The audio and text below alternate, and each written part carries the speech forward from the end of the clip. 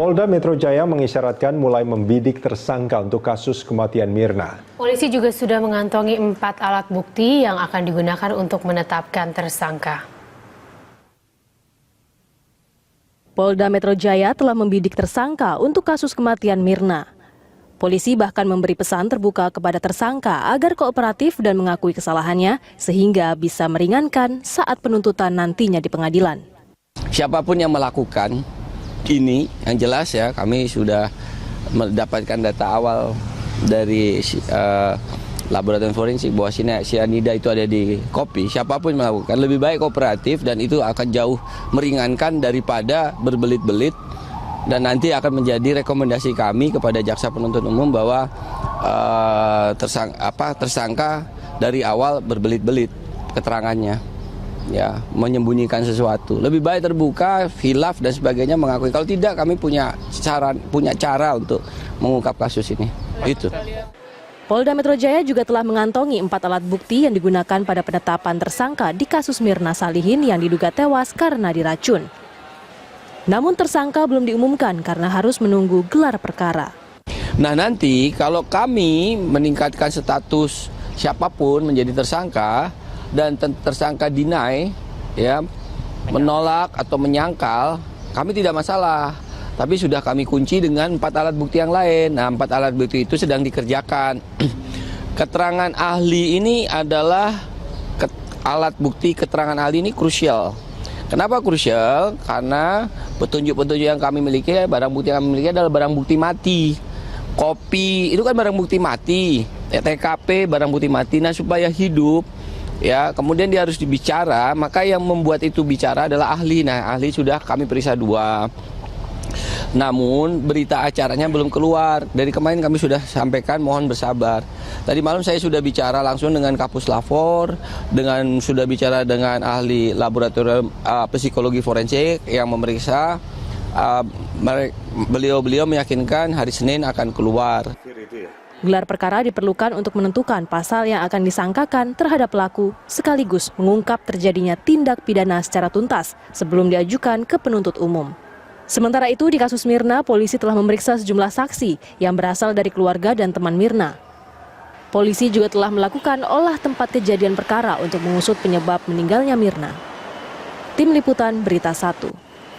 Pihak kepolisian telah mengamankan pembantu Jessica yang disebut sebagai saksi kunci kasus kematian Mirna. Pembantu Jessica tersebut diamankan di safe house agar keterangannya tidak dipengaruhi pihak lain.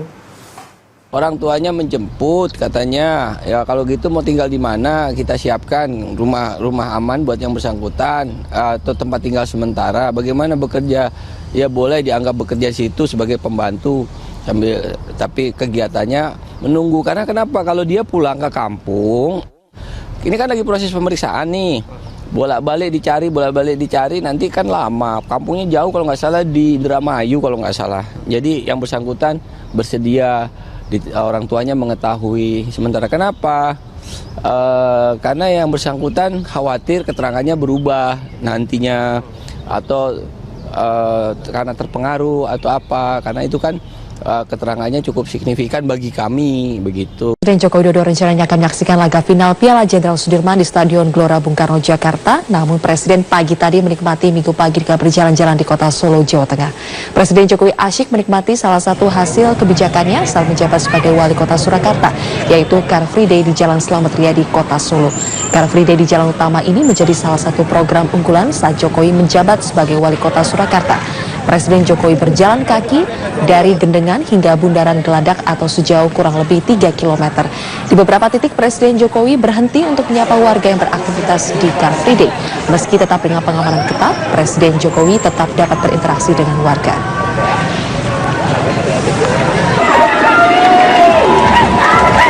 Demikian. Pemirsa, perang terhadap narkoba terus dikibarkan aparat kepolisian. Sore tadi ratusan petugas gabungan dari Polres Metro Jakarta Barat menggerebek Kampung Ambon, Cengkareng, Jakarta Barat. Sekitar 200 petugas gabungan dengan senjata lengkap dan rompi anti peluru diterjunkan ke Kampung Ambon. Para petugas memeriksa 7 rumah yang dicurigai menjadi tempat peredaran narkoba. Penggerebekan yang dipimpin langsung oleh Kapolres Metro Jakarta Barat berhasil menangkap 2 orang yang diduga sebagai pengedar narkoba. Petugas juga menyita 2 pucuk samurai, 2 paket sabu, dan beberapa bom. Guna penyelidikan, kedua orang yang ditangkap dibawa ke Mapolsek Cengkareng, Jakarta Barat. Perang terhadap narkoba akan terus dilakukan oleh kepolisian sampai Indonesia bersih dari narkoba. Oh iya. Itu bong itu. Kalau menurut saya memang sepertinya sedikit sudah dibocorkan ya, dapat dibaca karena dari hasil yang penyitaan terhadap barang tadi di SMS di salah satu handphone ada SMS yang mengatakan simpan barang karena ada operasi. Jadi menurut pendapat kami bahwa operasi ini sudah diketahui sebelumnya oleh mereka dan juga. Pemirsa, Jessica Wongso, teman sekaligus saksi dalam kasus tewasnya Wayan Mirna Salihin diperiksa penyidik Polda Metro Jaya selama hampir 7 jam. Jessica selesai menjalani pemeriksaan pukul 19.40 waktu Indonesia Barat. Didampingi kuasa hukumnya, Jessica menemui wartawan sesaat setelah diperiksa penyidik Polda Metro Jaya. Menurut Jessica, pertanyaan penyidik sama seperti sebelumnya, tetapi lebih detail. Jessica mengaku menjawab serangkaian pertanyaan mengenai kronologis di Cafe Olivier pada Kamis 2 pekan lalu. Jessica, yang juga teman Mirna saat kuliah di Australia, mengaku tidak mengetahui soal zat sianida yang ada dalam es kopi Vietnam pesanan Mirna. Jessica juga mengaku tidak mencicipi kopi tersebut karena dirinya rentan sakit mah dan kopi Vietnam tersebut merupakan jenis kopi yang cukup kuat. Terkait agenda pemanggilan selanjutnya, Jessica mengatakan tidak tahu. Mirna meninggal sesaat setelah meminum es kopi Vietnam di Cafe Olivier Grand Indonesia. Saat kejadian, Jessica datang dan memesan minuman untuk Mirna dan Hani terlebih dahulu.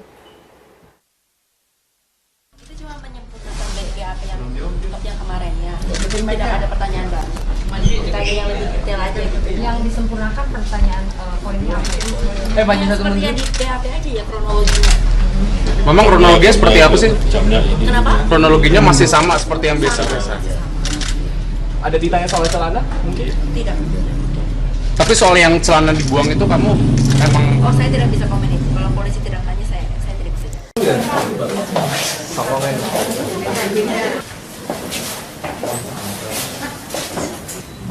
Awal mula kejadian bahwa di salah satu klub sepak bola, inisial saudara D ya, melaporkan bahwa dirinya pernah disodomi oleh saudara S alias Reddy. TKP-nya yaitu di salah satu rumah di daerah Sidobatani Ngeplak, Sleman.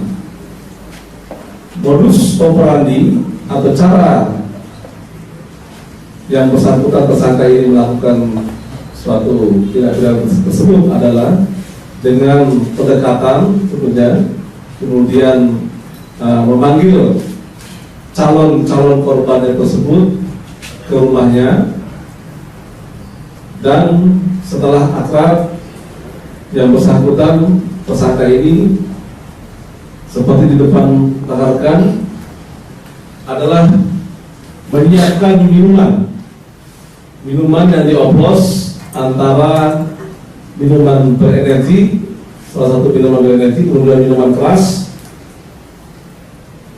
diberikan kepada calon korbannya, yaitu anak-anak berusia paling tua 16 tahun, paling bawah adalah sekitar 10 tahun. Satu aja, pernah mendapat. Maksudnya ada orangnya. Pada saat kejadian kamu di rumah itu sendiri. Anda menyaksikan News Update pukul 17 waktu Indonesia Barat bersama saya Ani Rahmi.